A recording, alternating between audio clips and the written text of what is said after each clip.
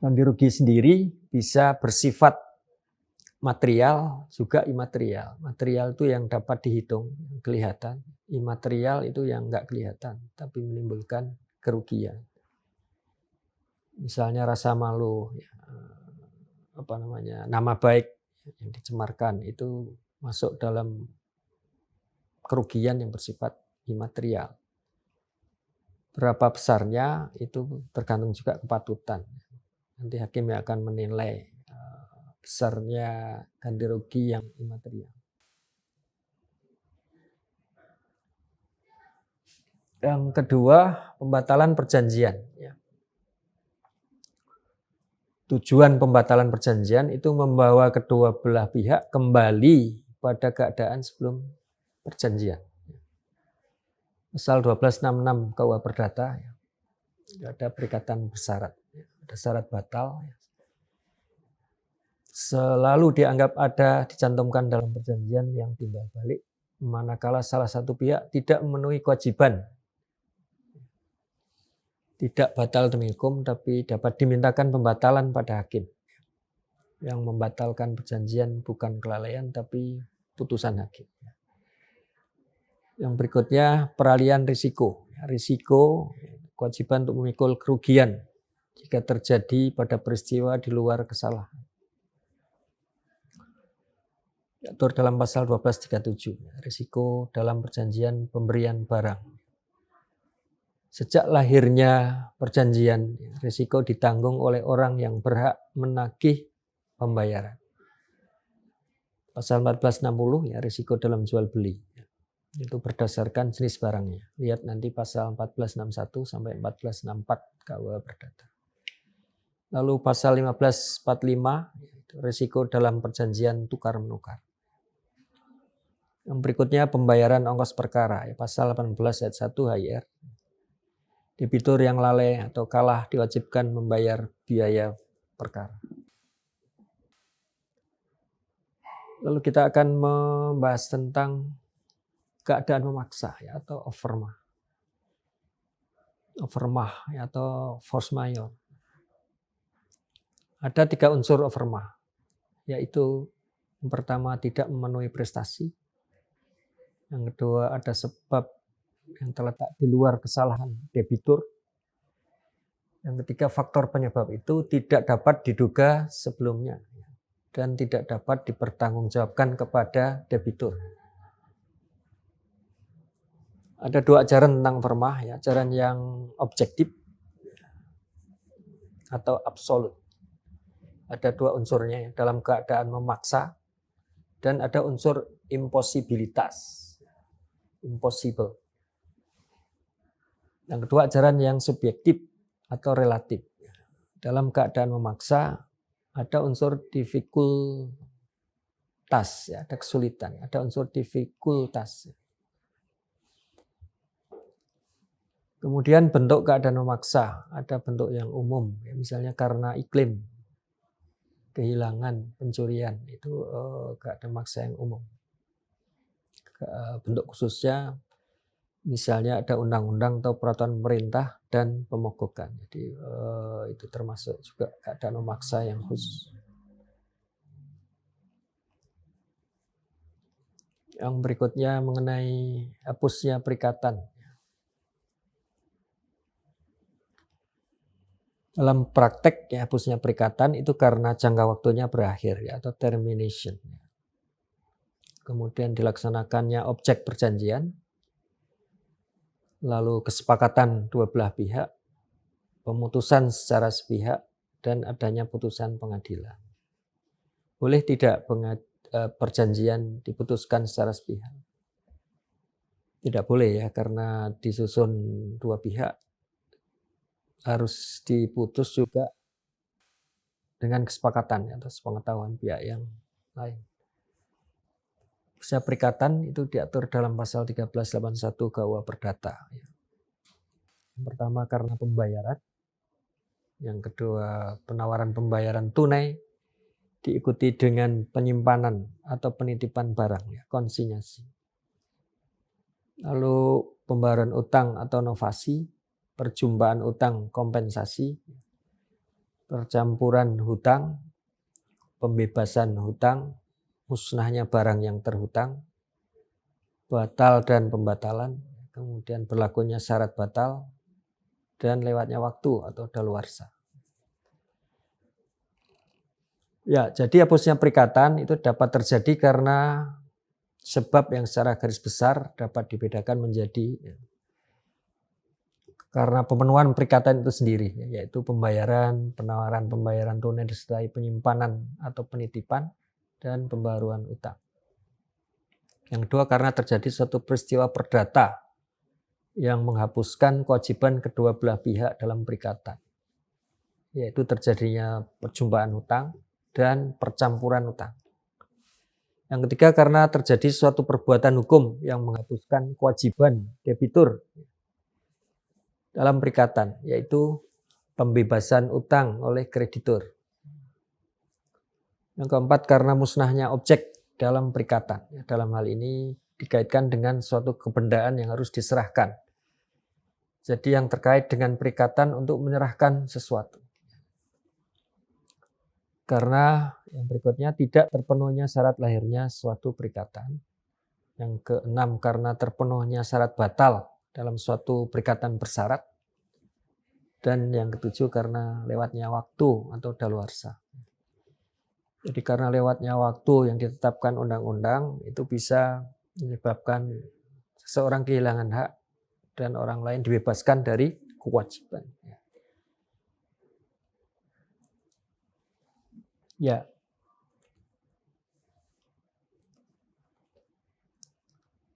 Kemudian kita akan melihat ya lebih detail tadi tentang cesi ya, dan subrogasi.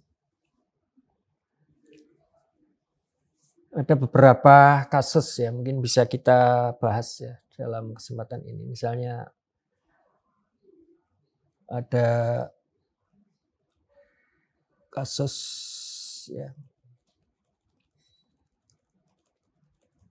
Sebelum ke kasus, kita bahas dulu tentang pengertiannya ya. Cesi atau cesi merupakan pengalihan hak atas kebendaan bergerak tak berwujud, intangible goods, yang biasanya berupa piutang atas nama kepada pihak ketiga, di mana seorang menjual hak tagihnya kepada orang lain. Cesi menurut KUH Perdata, KUH Perdata tidak mengenal istilah cesi. Tapi dalam pasal 613 ayat 1 KUH Perdata dikatakan bahwa penyerahan akan piutang-piutang atas nama dan kebendaan tak bertubuh lainnya dilakukan dengan jalan membuat sebuah akta otentik atau akta di bawah tangan dengan mana hak kebendaan itu dilimpahkan kepada orang lain. Dan hal tersebut dapat dipelajari bahwa yang diatur dalam pasal 1613 ayat 1 adalah penyerahan tagihan atas nama dan benda-benda tak bertubuh lainnya. Menurut Profesor Subekti, cesi adalah pemindahan hak piutang yang sebetulnya merupakan penggantian orang berpiutang lama. Yang dalam hal ini dinamakan cedent dengan seorang berpiutang baru yang dalam hubungan ini dinamakan sesionaris. Pemindahan itu harus dilakukan dengan suatu akta otentik atau di bawah tangan. Jadi tidak boleh dengan lesan atau dengan penyerahan piutangnya saja. Jadi agar pemindahan berlaku terhadap si berutang, akta cesi tersebut harus diberitahukan kepadanya secara resmi. Hak piutang dianggap telah berpindah pada waktu akta cesi itu dibuat. Jadi tidak pada waktu akta itu diberitahukan pada si berutang. Jadi secara singkat, cesi merupakan penggantian orang yang berpiutang, ya, kreditur lama dengan seseorang berpiutang baru, ya, kreditur baru. Sebagai contoh misalnya A berpiutang kepada B, tetapi A menyerahkan piutangnya itu kepada C. Maka C lah yang berhak atas piutang yang ada pada B. Yang kedua subrogasi. Subrogasi terjadi karena pembayaran yang dilakukan oleh pihak ketiga kepada kreditur atau si berpiutang, baik secara langsung maupun secara tidak langsung, yaitu melalui debitur yang berutang, yang meminjam uang dari pihak ketiga. Jadi pihak ketiga ini menggantikan kedudukan kreditur lama sebagai kreditur yang baru terhadap debitur. Subrogasi diatur dalam pasal 1400 KUH Perdata. Disebutkan dalam pasal tersebut, subrogasi adalah penggantian hak-hak oleh pihak ketiga yang membayar kepada kreditur. Jadi subrogasi dapat terjadi baik melalui perjanjian maupun karena ditentukan oleh undang-undang. Dan subrogasi ini harus dinyatakan secara tegas. Karena subrogasi berbeda dengan pembebasan utang. Tujuan pihak ketiga melakukan pembayaran kepada kreditur adalah untuk menggantikan kedudukan kreditur lama, bukan untuk membebaskan debitur dari kewajiban membayar utang kepada kreditur. Jadi dalam subrogasi pihak ketiga sebagai kreditur baru berhak melakukan penagihan utang terhadap debitur.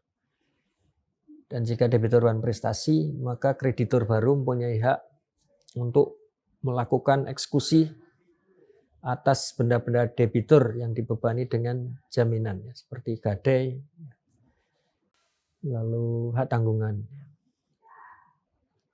Mengenai subrogasi yang terjadi karena perjanjian, diatur dalam pasal 1401 KUH Perdata, dan subrogasi yang terjadi karena undang-undang diatur dalam pasal 1402 KUH Perdata.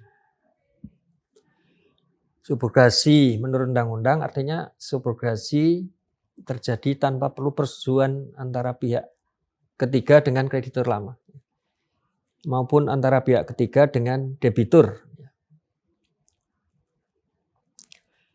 Sebagai contoh misalnya A berutang pada B, kemudian A meminjam uang pada C untuk melunasi utangnya pada B. Dan menetapkan bahwa C menggantikan hak B terhadap pelunasan utang dari A. Ini contoh ya. Jadi perbedaan subrogasi dan kesi, kalau dari sisi definisi subrogasi itu penggantian hak oleh seorang pihak ketiga yang membayar kepada kreditur. Kalau kesi, cara pengalian piutang-piutang atas nama dan barang-barang lain yang tidak bertubuh dilakukan dengan cara membuat akta otentik atau di bawah tangan yang melimpahkan hak atas barang-barang itu kepada orang lain. Kalau dilihat dari sisi sumber hukumnya, subrogasi itu buku 3 KUH Perdata pasal 1400 sampai 1403. Sedangkan cesi itu ada di buku 2 KUH Perdata pasal 613 sampai 624. Kalau dilihat dari sisi unsur-unsurnya, subrogasi itu harus lebih dari satu kreditur dan satu orang debitur yang sama. Sementara cesi itu harus menggunakan akta otentik maupun akta di bawah tangan. Subrogasi adanya pembayaran oleh kreditur baru kepada kreditur lama. Sedangkan cesi itu terjadi karena pelimpahan. Pelimpahan hak atas barang-barang tersebut kepada orang lain. Ya. Ada beberapa kasus sebenarnya. Misalnya ini jikalau hak penagihan telah dialihkan oleh debitur kepada bank berdasarkan cesi dalam rangka pelunasan utang debitur, ternyata bank tidak melakukan kewajibannya untuk melaksanakan hak tagih berdasarkan cesi tersebut, sehingga kredit dari debitur tersebut macet. Apakah bank tersebut dapat dikategorikan melakukan perbuatan melanggar hukum? Ya.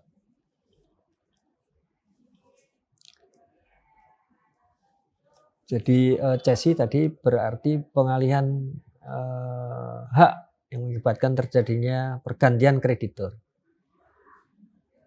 dasar alasan adanya pengalihan hak yang demikian adalah kepentingan komersial tertentu.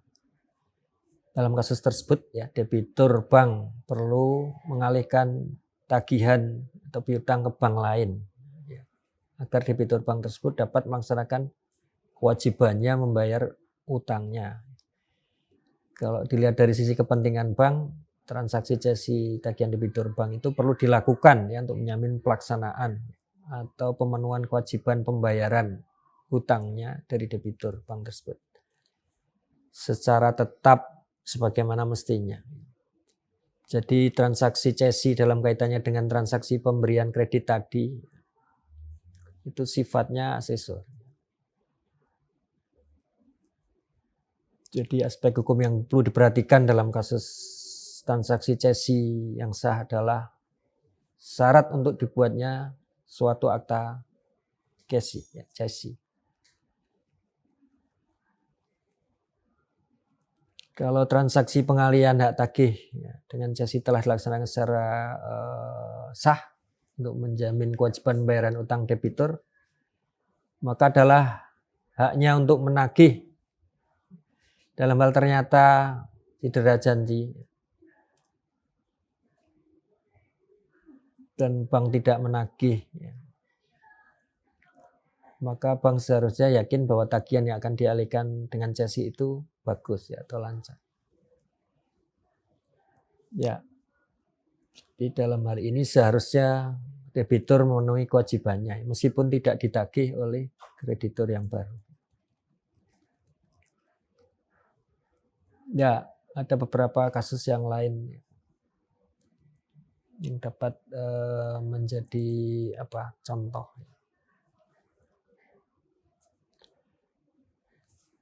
Misalnya seseorang buat surat perjanjian utang piutang dengan A, ya. Lalu A lari dari tanggung jawab dengan pindah ke kota lain. Kemudian seorang tadi menyuruh orang lain untuk membuat surat perjanjian utang baru antara orang itu dengan A. Apakah surat perjanjian itu sah?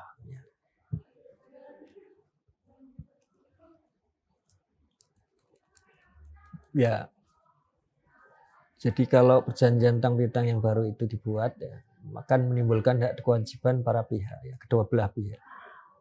Jadi disebut perjanjian utang piutang sebagai perjanjian real. Perjanjian real yang menurut J. Satrio dalam bukunya Hukum Perikatan yang lahir dari perjanjian di halaman 49 dikatakan bahwa perjanjian yang baru terjadi kalau barang yang menjadi pokok perjanjian telah diserahkan. Itu perjanjian real.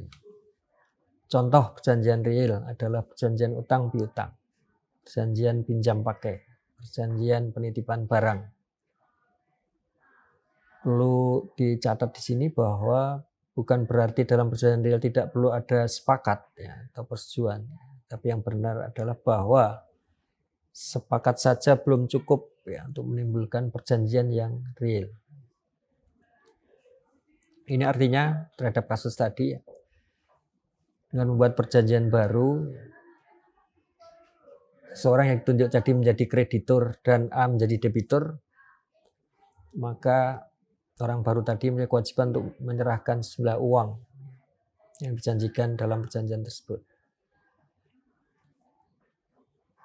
Jika orang baru itu tidak menyerahkan uang seperti yang dijanjikan, maka perjanjian utang piutang antara A dengan orang baru tadi belum timbul atau belum berlaku.